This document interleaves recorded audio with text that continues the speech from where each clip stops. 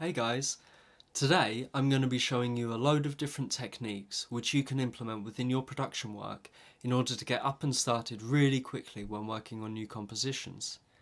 I'm going to be working in a sort of lo-fi hip-hop style tune and showing you all the techniques through Logic Pro X. However, all of these techniques are transferable to loads of different genres and you can do them in any DAW you like. So let's get started. Okay, so I'm going to start by importing a drum loop. This was a very simple case of finding a 1-bar loop from a multi-track and just cutting that out. So I'm going to import that. I'm not going to import the tempo information because we're going to be time stretching it anyway. So I'll engage flex time and you'll see that it will go to slicing automatically. So we're just going to stick with that for now. And we're going to engage all of these nodes over the transients. What that's going to do is when we time stretch it, it will ensure that all of the transients are stretched equally. So we'll drop that by about 10 BPM and we'll have a quick listen. Okay, sounds good. So now we're going to add some melodic content. So I'm going to use a piano, but you can use any instrument or sound that you want. And we're going to be utilizing MIDI effects, Chord Trigger, in order to quickly come up with the chord progression. So I'm going to use 7th chords, but again, it's your choice, you can use whatever you want. There are loads of great presets. And once you play single notes into the trigger keys there, you'll see that the chords are played out at the bottom. So I've got a riff, I'm going to track that in, and once that's tracked in, I'm going to use MIDI transform to randomize the velocity. This is to ensure that there's a consistent dynamic range and nothing goes too high and starts clipping, nothing goes too low and is lost in the mix. So this also helps maintain a human aspect of playing also. So let's have a quick listen to that.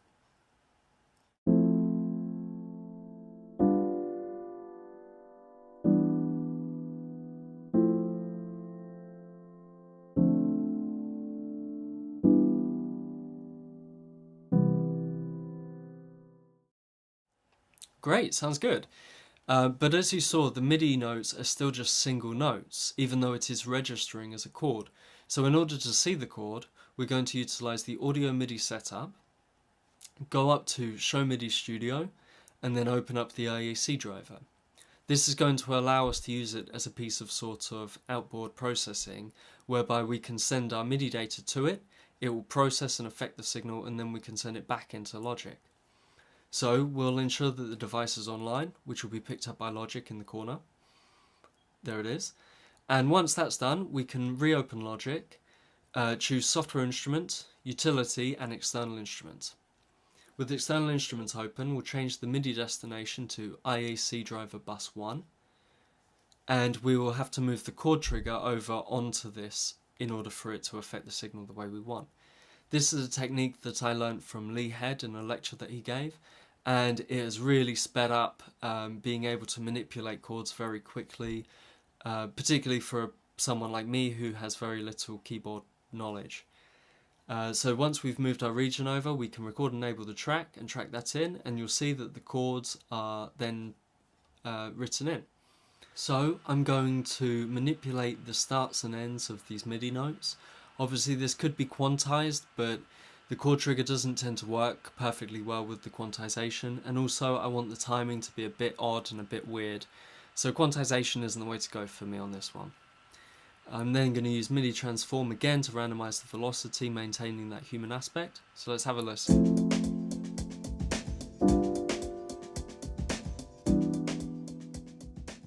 Okay, that sounds great. So now I'm going to be sending out to a bus, and I'm going to be sending at 0 dB or 100%. I'm going to be sending this as pre-fade as well, so that I can listen to the processed or the wet signal without the dry signal blended in. This is something Warren Hewitt of Produce Like a Pro does all the time, and it really helps to be able to hear that wet signal without the dry signal, and then we can blend it into taste later. So I'm using an LFO to add texture and rhythm. Let's check it out.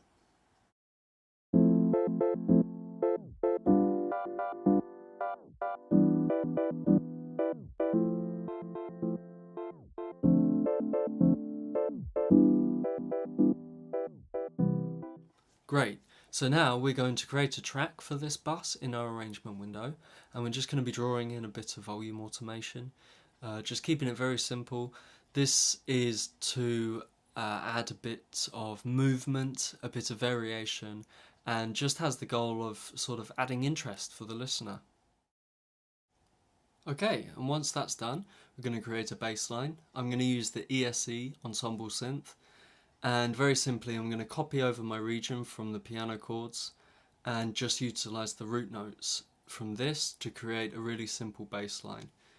I'm then going to go through some of the ESE presets until I find something I'm happy with. Once I have, I'm going to manipulate the variables such as the attack, cutoff, resonance, things like this, just until I get a basic sort of tone that I'm happy with. Nothing too technical, just keeping it quite simple.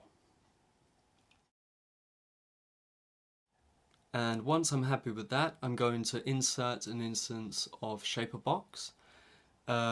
This time creating a different rhythm and choosing a different LFO and pattern than the piano bus in order so that they can sort of combine to create a new texture altogether. I'm using this as an insert effect rather than a send because I want it over the entire bass line. Now I'm going to be splitting the bass into low and high frequency bands. So to do this, I'm going to send out to two separate buses, each at 0 dB, and very simply just insert a high pass filter on one and a low pass filter on the other, and that they're going to have a crossover at roughly the same frequency. So this is going to have the effect of basically splitting the bass into a low section and high section.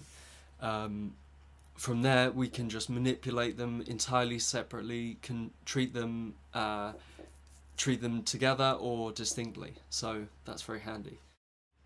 It's also important to note that we should change the output from stereo out to no output, or else we'll just be doubling the volume of the bass. So now I'm going to do some creative EQing on the low end of the bass. This is more sort of sound design than it is anything else, because I'm not going for a sort of traditional sound, it's just what fits right in this moment. Once that's done, I'm going to do just a simple bit of compression in order to tame the dynamic range, make sure that nothing's jumping out too far and equally nothing is getting lost in the mix. So let's have a quick listen to that.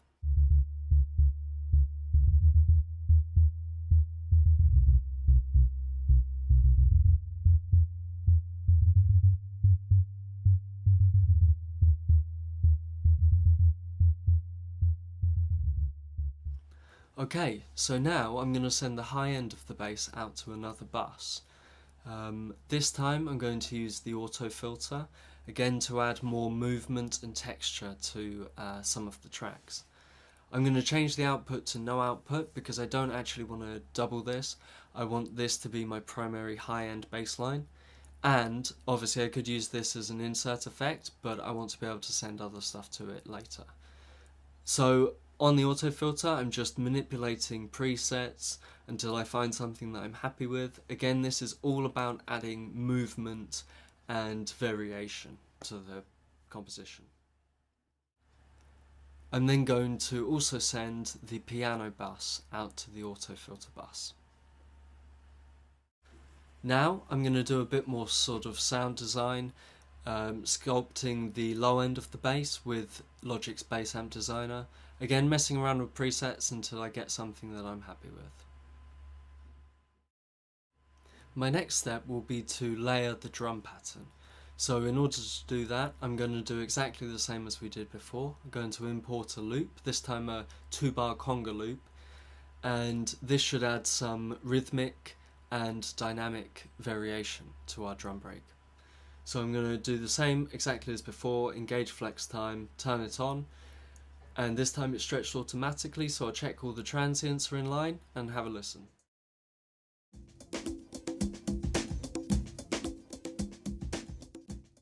Okay, once that's done, I'm going to be doing some volume automation. This again is all about adding interest and variation to the piece rather than having static volumes. We're going to have stuff coming in and out, and you can assign this to MIDI controllers. but I find that just drawing it in by hand like this is far quicker, and after all, that is what this tutorial is all about, just getting up and started as quickly as possible.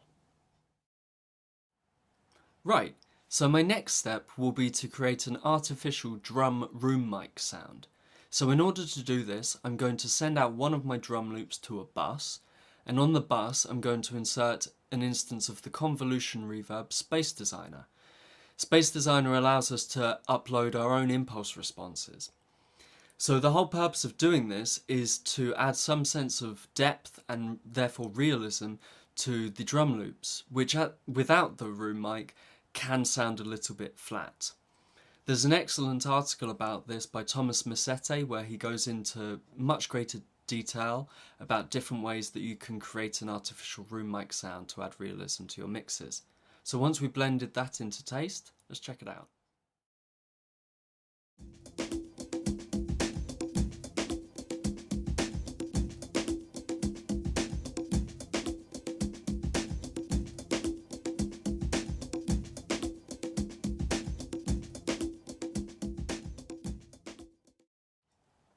Okay, great. So my next step will be to replace or double the kick drum of the drum loop. The reason that I'm doing this is mainly to add some weight and emphasis to the bottom end of the kit, because I'm actually very happy with the tonality of it. I just want to add some more bottom end. Also, this will allow us to more easily parallel compress the bass line when it comes time to do that. So as you can see, I'm just going through Drum Kit Designer, just choosing a preset that I'm happy with. Again, this isn't to affect the tonality, it's simply to add some more power and weight to the bottom end. So once I'm happy with that, I'm just going to manipulate the MIDI by chopping up a 1-bar loop and messing around with the velocity, etc.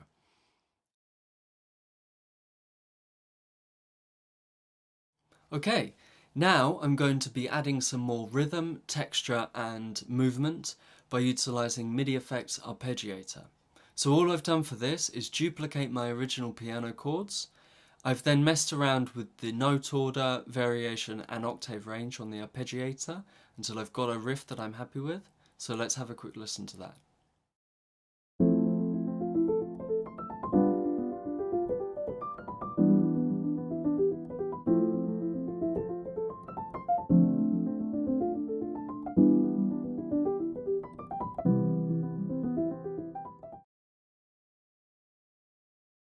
Okay, sounds good.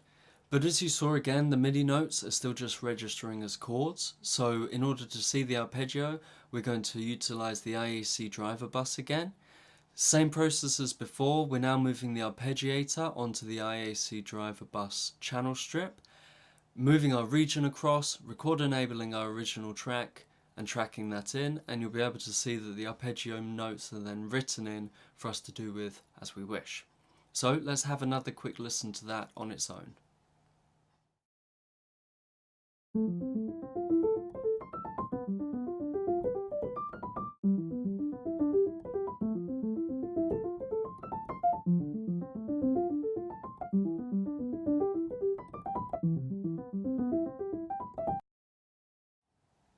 Okay, great. I'm really happy with that. The only thing I would say is that perhaps the Lab Soft piano is getting a bit overworked. Obviously, we've already used it for 2 tracks, and we want to add some depth and dimension to this. So I'm going to choose a different instrument, one with more decay and sustain. So once I've picked my instrument, let's have a quick listen and see how that changes the riff.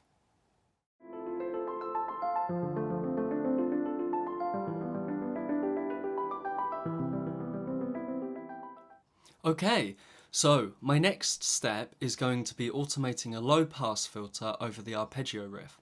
So to do this, I'm just inserting an EQ onto the channel strip, and then I'm going to be manipulating this low pass filter as you can see here. So in order to do that, I'm just turning on automation, turning the channel to touch, and then selecting the band that I want to affect. Once that's picked up by the automation, I'm then just going to draw it in like I have done with all of the volume thus far. Again, this is all about just adding variation and movement and space to the riff so that it doesn't become stale. Okay, so once that's done, I want to sidechain compress the low end of the bass. So to do this, I'm going to insert a compressor on the low end of the bass. I'm then going to sidechain this to the MIDI replacement drum that we added earlier. This is going to allow the bass to just drop out slightly whenever the kick is felt, and therefore give us a little bit more space in the low end. Let's have a listen with and without.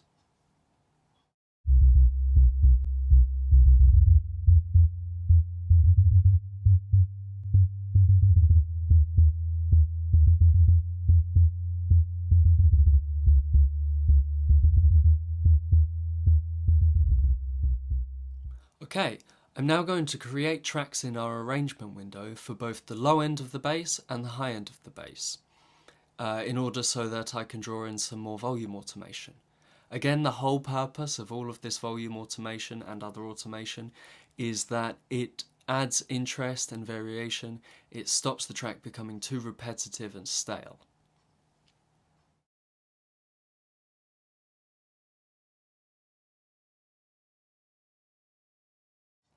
Once that's done, I'm going to do a bit more automation, this time to the reverb send of the drum loop. What I want to happen here is for the reverb to remain at a constant level until the loop reaches the end, and then I'm going to up the level of gain being sent to the reverb, therefore creating more space and depth. So let's have a listen to how that sounds.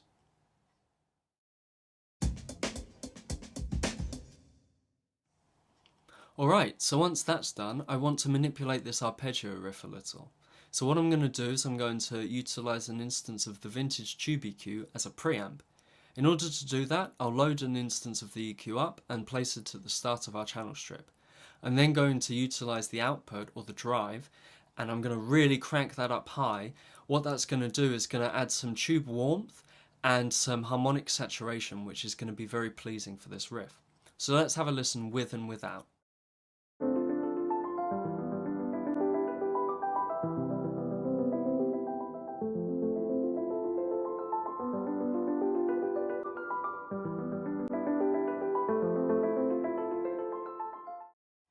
Okay, so now a bit more automation, this time on the auto filter bus, and we'll be automating the resonance cutoff.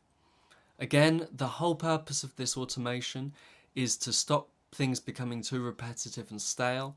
It's to add variation, it's to add movement, and therefore, hopefully, to add interest for the listener.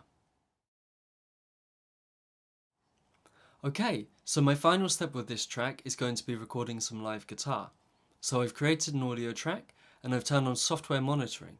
That's going to allow me to hear my guitar as it's being affected and processed in real time.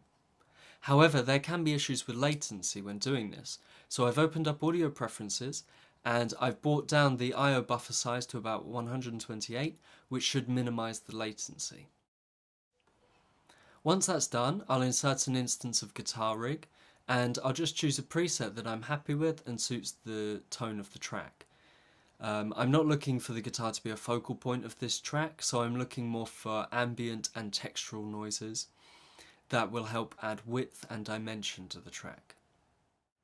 So once I've got a riff that I'm happy with, I'll track that in, and once it's tracked in, you'll be able to see that the gain is actually quite low. That's just due to my interface is quite old, so it's not working perfectly well, but that's no bother because I'll just open up the region editor and I'll just crank up the gain by about 10 dB. So let's have a quick listen to that.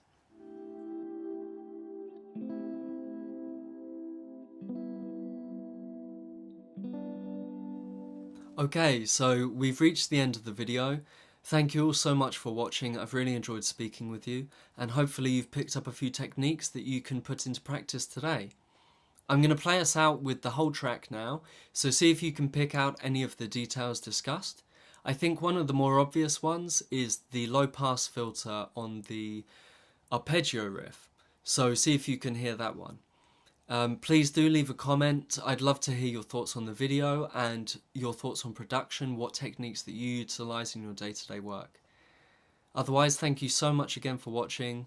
Take care.